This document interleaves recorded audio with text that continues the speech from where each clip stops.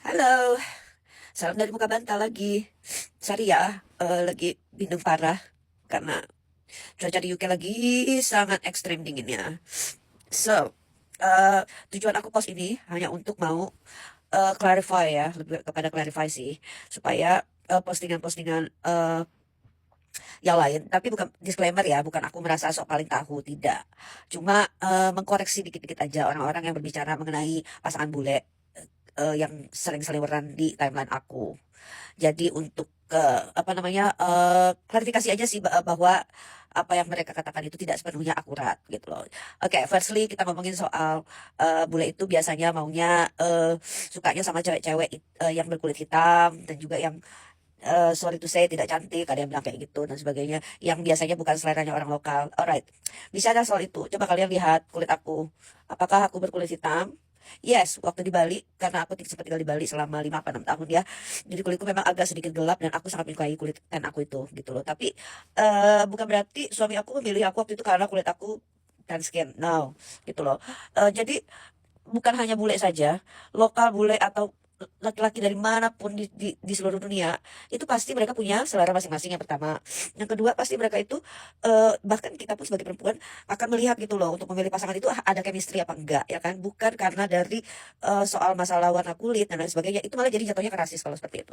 Alright, terus yang secondly, mengenai apa namanya, visa ya, penjelasan sedikit karena aku sempat melihat ada seseorang yang posting mengenai gimana cara kerja di terutama di UK, visanya harus seperti apa dan harus tunggu berapa lama baru bisa kerja. Tapi aku sudah sempat stitch juga sih dan sempat saya sorry aku bahwa aku mengkoreksi beliau mengenai penjelasannya tentang cara bekerja di UK gitu loh, karena itu salah banget gitu loh apa yang dia katakan bahwa kita harus tunggu beberapa tahun. No, tidak seperti itu.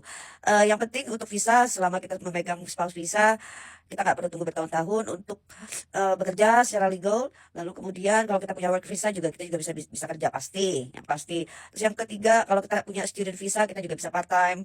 Jadi seperti itu guys. So aku nggak mau bukan aku serba paling tahu, tidak. Cuma apa yang aku tahu pasti aku kasih tahu gitu ya. Tapi aku harus make sure bahwa ini akurat. Kalau tidak akurat aku nggak mau kasih tahu gitu loh. Nggak akan berani untuk speak up karena itu akan menyesatkan orang gitu ya. Terus tentang culture dan sebagainya, bahwa kalau kita punya pasangan bule itu pasti diratukan dan eh, nggak hanya bule kalau soal itu ya. Balik lagi, tergantung personality, tergantung karakter si pasangan kita. Jadi jangan sampai akhirnya membuat orang lain berpikir, ah gue harus punya suami bule. Jangan sampai seperti itu. Karena seperti aku aja ya, aku itu awalnya tidak pernah berpikir untuk, aku pindah ke Bali bukan karena untuk menjadi bule hunter, no way. Karena pacar pertamaku waktu aku di Bali aja itu orang Bali asli.